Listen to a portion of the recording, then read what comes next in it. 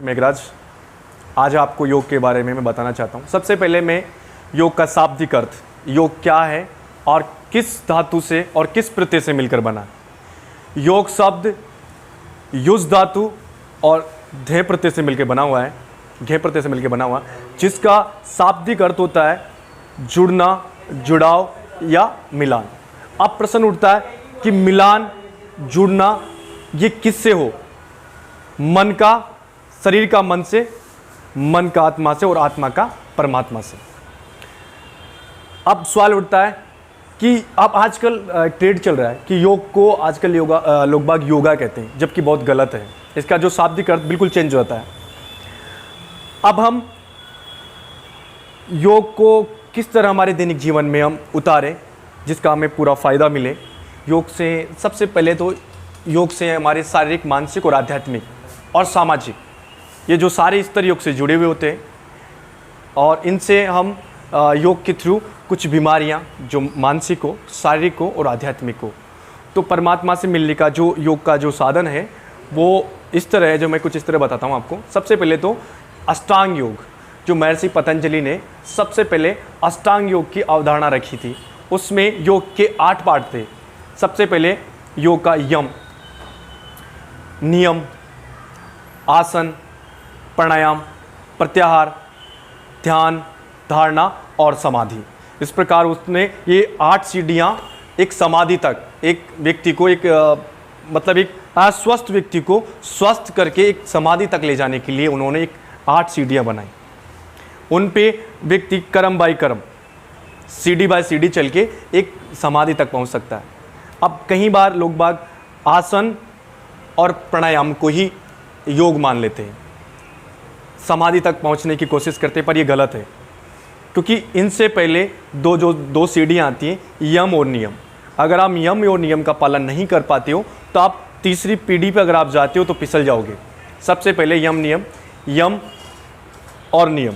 तो यम 5 प्रकार के होते हैं: सत्य, अहिंसा, आस्ते, ब्रह्मचर्य,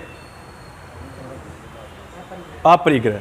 ये 5 प्रकार के यम होते हैं जिनका हमें पूर्ण दृढ़ता से पालन करना पड़ता है। और नियम तप, शौच, संतोष, तप, स्वाध्याय और ईश्वर प्रणिधान, ये 5 प्रकार के तप होते हैं। तप का मतलब होता है कि हम स्वयं हमारे ऊपर उस चीज़ को लागू करके और हम उसे तपे और उसे अपने दृढ़ताबद्ध अपने जीवन में अपनाएं और उसके थ्रू, उसके माध्यम से हम उस आगे वाली प्रोसेस को अपनाएं। उसके बाद में आता है आसन। आसन के माध्यम से हम हमारे शरीर में स्थिरता लाते हैं।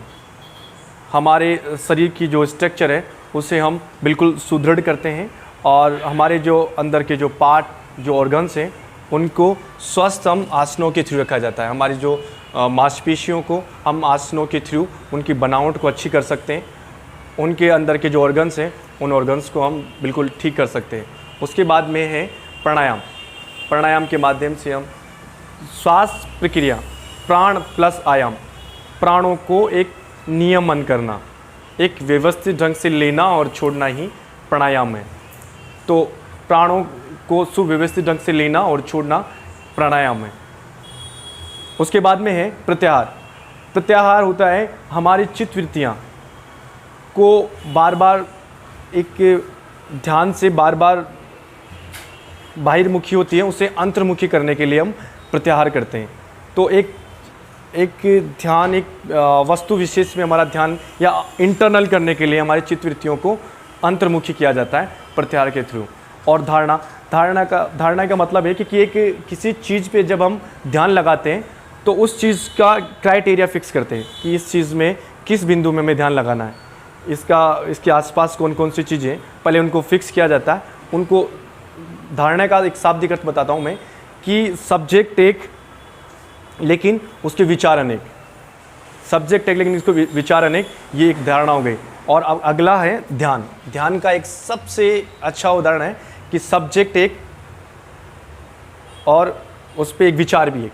जैसे कि हम दीपक पे ध्यान लगाते हैं तो केवल हम दीपक की लो को ही देखेंगे, उसके आसपास दीपक को बिल्कुल नहीं देखेंगे, उसकी एक जलती हुई लो पे अपना फोकस टारगेट करेंगे बिल्कुल उस पर, तो वो एक ध्यान हो गया। और धारणा का मतलब होता है, समाधि का मतलब होता है कि मतलब जो सब्जेक्ट होता है और जो सब्जेक्ट को देखने वाला जो ध्येय जो साधक होता है और जो सब्जेक्ट होता है उनमें कोई अंतर ना होना, मतलब अंतर ध्यान हो जाना, उन दोनों में मतलब कोई विभेद ना करना ही समाधि है। और समाधि, नमस्कार, इसका रुकना, धन्यवाद। आज के लिए इतना ही। हम अब अगले वीडियो में योग के माध्यम से चिकित्सा पद्धति, किस तरह योग के माध्यम से हम चिकित्सा करते हैं उसके बारे में हम आपको बताएंगे। उसके लिए तब तक आप इंतजार करें। धन्यवाद। लाइक करें, सब्सक्राइब करें और शेयर करें।